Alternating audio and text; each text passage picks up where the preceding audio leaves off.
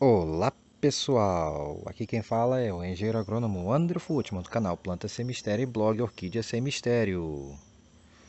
Bom pessoal, estou aqui diante do nosso milho e vocês podem ver, ó, tanto o milho quanto o feijão, eles estão crescendo muito bem, ó. Eu fiz a limpeza já, então ó, os milhos estão crescendo muito bem e conforme vocês vão ver agora no mapinha, nós estamos na semana 3 do nosso milho, indo para a semana 4, logo logo. Então ele está na fase, conforme no mapinha, entre 6 e rumo a 7 folhas, até um pouquinho mais, gente. Então agora que vocês viram o mapinha, né, vou pegar uma planta de milho. Então vocês podem ver, ó, a partir desse ponto, da sexta folha em diante, provavelmente a primeira folha aqui já até caiu, que é normal no milho. O que acontece é o seguinte, gente, a partir da sexta folha começa a ter algumas mudanças importantíssimas no nosso milho. Essas mudanças normalmente acontecem a partir da terceira semana, que é o caso aqui. A primeira delas que vocês estão vendo aqui, ó, é visual. Vocês podem ver aqui, ó, é uma mudança visual no nosso milho. Então, as folhas que tinham esse cor mais um verde mais claro, mais azulado, e eram umas folhas mais finas, agora começa o quê? A vir folhas muito bonitas, com a coloração mais escura, um verde mais escuro, brilhante e mais largas. Então, a partir da sexta folha, normalmente, as próximas folhas agora são folhas que vão vir grandes e vão se desenrolar muito bonitas agora. E o crescimento do milho vai dar uma acelerada. Então você vê, ó, ele ganhou pouca altura de lá para cá, mas agora, as próximas semanas, o milho vai ganhar muita altura. Principalmente nas próximas semanas, agora vocês vão ver, a cada semana que passa, o milho vai ficar bem mais alto, beleza? Então agora que eu mostrei essa fase inicial, e antes que eu esqueça, outra coisa importante que já acontece nessa etapa agora da sexta folha em diante, que o olho da planta, ou seja, o ponto de crescimento da planta, que a gente não consegue enxergar porque está lá dentro do caule, ele estava embaixo da terra, isso mesmo, ele ficava embaixo da terra. Agora não, a partir da sexta folha em diante, esse ponto de crescimento, assim como acontece com bananeira, que o cacho sai de dentro da terra e vai subindo pela bananeira até romper lá em cima, no milho é a mesma coisa. Então, um ponto de crescimento, o olho dele começa a subir agora gradativamente. Ele já está saindo da terra e começando a subir. E a planta começa a se formar o seu caule, que a gente chama de colmo. Colmo. Então, ele começa a formar o seu caule propriamente dito agora, pessoal. Na fase inicial, basicamente, era folhas entrelaçadas, sobrepostas, bainhas de folhas sobrepostas. Agora não, ele começa a formar o seu caule porque o ponto de crescimento dele já começa a subir para fora. E não para por aí não, gente. Outras mudanças importantes acontecem aqui. Nesse ponto em diante, ele já começa a definir o quê? O número de fileiras das espigas de milhos que já existem lá dentro. Exatamente, a gente não vai enxergar, mas nas folhas que ainda virão, já existem os primórdios muito pequenininhos que você só vai ver no corte e com uma lente de aumento bem alta, os primórdios, o inicial das espigas de milho. E nessa fase agora, ele já define o tamanho potencial dessas espigas e o número de fileiras de milhos, de grão de milho que vai ter nessas espigas. Então, nessa fase, tudo isso já começa a acontecer com a nossa planta de milho, conforme vocês estão vendo outra vez no mapinha e eu circulando para vocês. Então, diante de tudo isso que eu falei e diante do crescimento que agora vai mudar de ritmo do nosso milho, vamos agora falar de alguns cuidados básicos dessa terceira semana em diante. Vamos lá?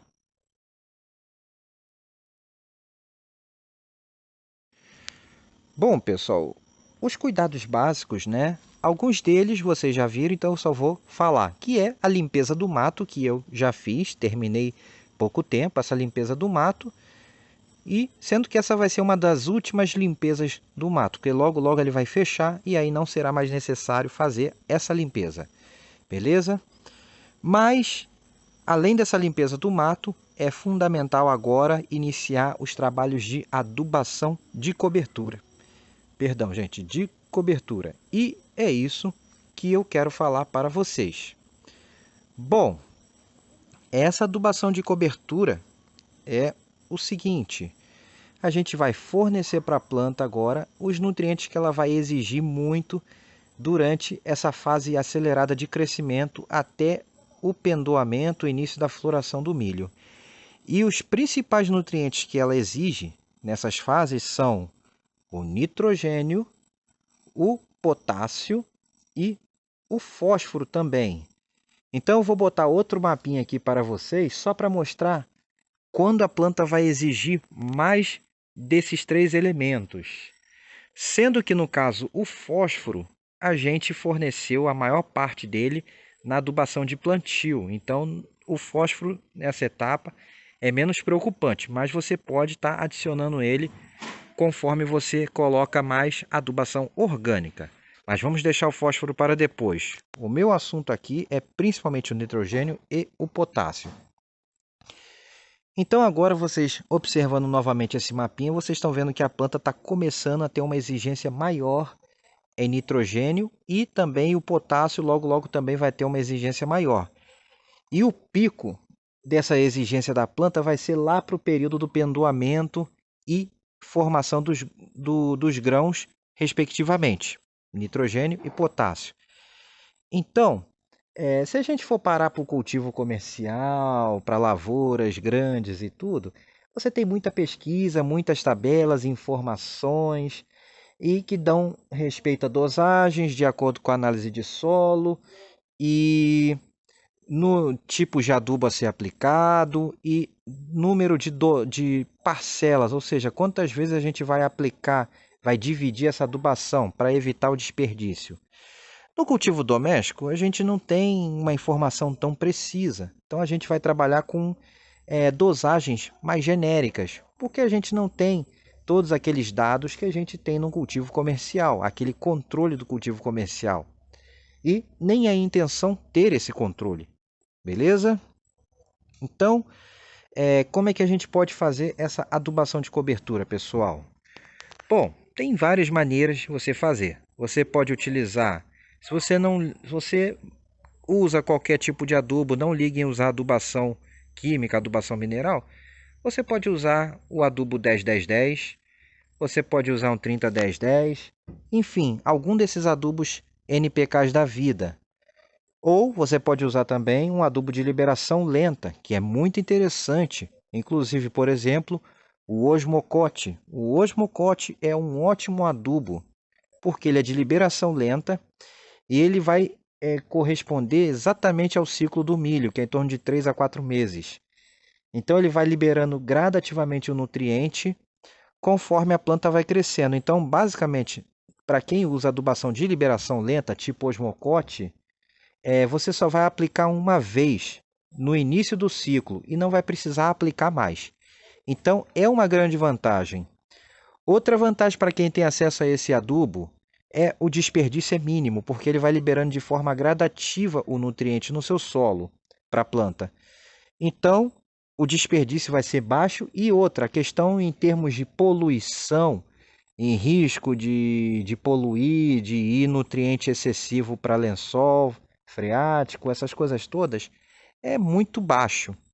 Então, embora seja uma fonte mineral, é uma fonte bem assim, digamos, inteligente, racional. Então, ela vai evitar muito os desperdícios de adubação.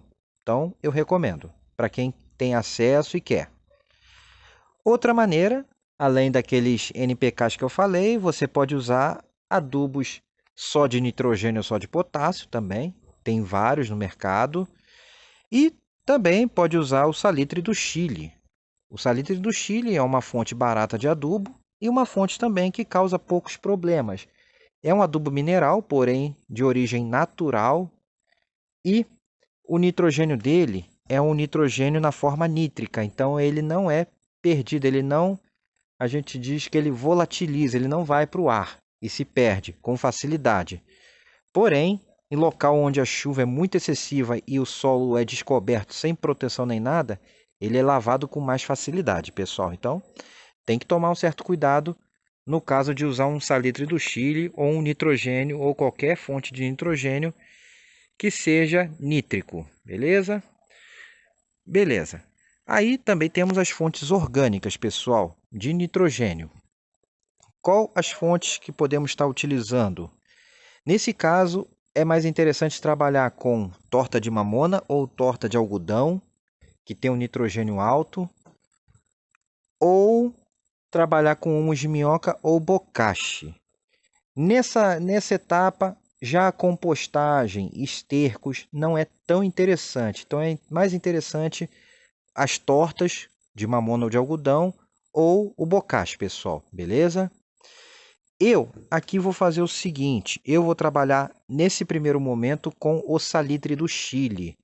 Como eu fiz uma adubação muito boa de plantio com adubação orgânica tanto para o milho quanto para o feijão, com muita torta de mamona e compostagem, então eu não vou adicionar torta de mamona nessa adubação agora, nessa primeira parcela. Eu vou deixar ela para adicionar na segunda dosagem a torta de mamona. Só vou adicionar salitre nesse primeiro momento, beleza?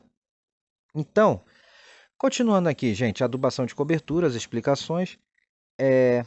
Agora que a gente está na terceira semana do milho, a gente já pode começar a fazer essa adubação, que é quando as exigências da planta vão aumentar muito. Então, o que você pode fazer para evitar e minimizar o desperdício de adubo? Em vez de você botar uma grande quantidade de adubo de uma vez só, nessa etapa da terceira semana, coloque quantidade menor de adubo e depois você repete mais uma ou duas vezes essa mesma quantidade e assim você vai estar garantindo uma boa nutrição dos seus pés de milho, beleza? Então, o que eu vou fazer aqui agora é o quê? Eu vou usar o salitre do Chile, adubar ele em linha. Eu vou usar uma colher medidora, que dá quase uma colher de sopa, né, rasa, né, que ele é bem fundo. Mas vocês também poderiam usar uma colher de sopa, não tem problema.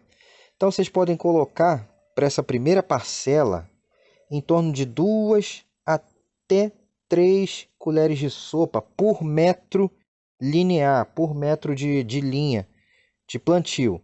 E aí você vai jogando bem próximo dos pés de milho, como eu vou fazer agora para vocês aqui, só para vocês olharem, beleza? Então, é isso. Agora, nessa terceira semana, eu vou usar o salitre puro e daqui mais ou menos umas 2 semanas eu vou estar fazendo adubação com salitre, nessa mesma dosagem de 2, e vou estar colocando também a torta de mamona na dosagem de meio quilo por metro, até meio quilo por metro, pode ser menos também, até meio quilo por metro de linha, jogando bem próximo do pé de milho, beleza, pessoal? E eu falei muito do nitrogênio e o potássio. Bom, agora o potássio. Em relação ao potássio, as fontes orgânicas que têm potássio, basicamente, a maioria delas tem, mas não tem uma quantidade tão alta. Por exemplo, a torta de mamona também tem potássio e outros elementos, mas não é tão alta assim. Mais uma boa fonte de potássio orgânico é as cinzas de carvão ou de lenha, desde que não seja de churrasqueira, de churrasco, beleza? Então vocês podem usar até uns 300 gramas, estourando meio quilo de cinza por metro também, gente. É uma ótima fonte de potássio.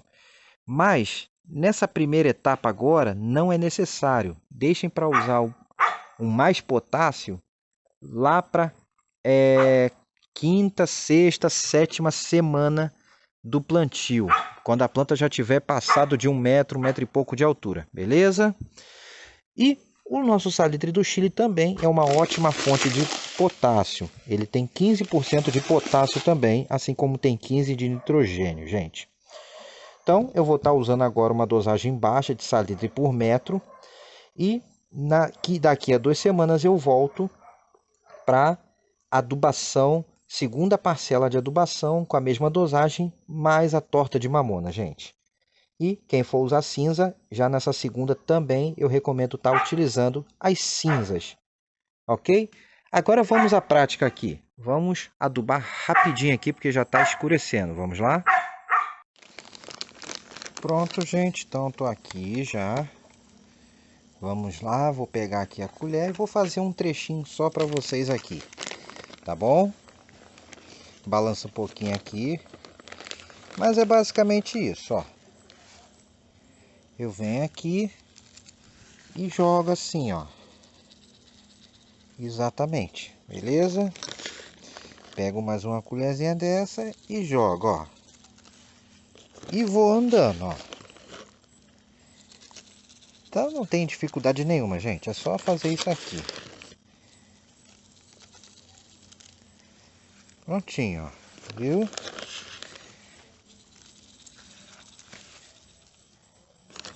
E assim eu tô fazendo, ó, adubação de cobertura no nosso milho.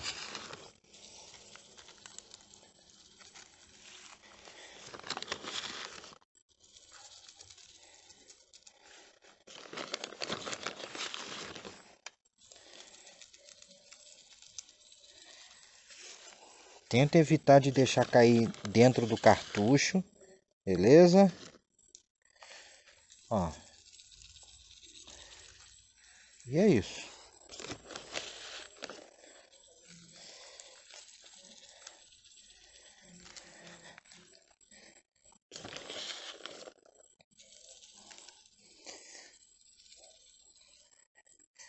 Pronto, pessoal. Fiz essa linha aqui só para mostrar para vocês. E agora eu vou terminar a adubação aqui e já volto. Prontinho, pessoal. Então, está aqui, já fiz a adubação de cobertura. Tá feita. Próximo passo, sempre depois de uma adubação, pessoal, qual é? É a rega. Então, agora eu vou regar. Isso mesmo, gente. Agora o próximo passo eu vou regar com abundância. Vou deixar um de 15 a 20 minutos a irrigação ligada para dar uma boa umedecida e incorporar o adubo bem, beleza? A terra está um pouco seca. Eu molhei, mas o sol foi muito forte, então precisa de uma boa rega em seguida. E agora, gente, essa planta vai dar uma esticada violenta no crescimento. Vocês vão ver no próximo vídeo, na semana 4 para a semana 5, beleza? E no mais aqui, os demais cuidados são os mesmos que eu já falei no vídeo anterior. Quem não viu o vídeo anterior, né, e não viu também o resto da série, pessoal, vejam aqui na direita, vejam aqui a playlist inteira do milho e do feijão também, gente, para vocês cultivarem em sua casa com sucesso essa iguaria maravilhosa que é o milho verde, gente, beleza? Então, era basicamente isso que eu tinha para falar para vocês. Agora eu só vou ligar a irrigação aqui e mostrar finalmente e me despedir de vocês, gente. Já volto. Prontinho, irrigação ligada. Vou deixar ela agindo um pouquinho. E é isso, pessoal. Não descuidem do controle das pragas, da adubação e do controle do mato do seu milho e das doenças também, ok? Era isso que eu tinha para falar para vocês agora, pessoal. Fique um pouquinho mais aqui com a imagem dos pés de milho crescendo e da irrigação começando. E um forte abraço a todos e até a próxima em Plantas e Orquídeas Sem Mistério. E eu tô levando um banho aqui, gente. Abração a todos. Tchau, tchau.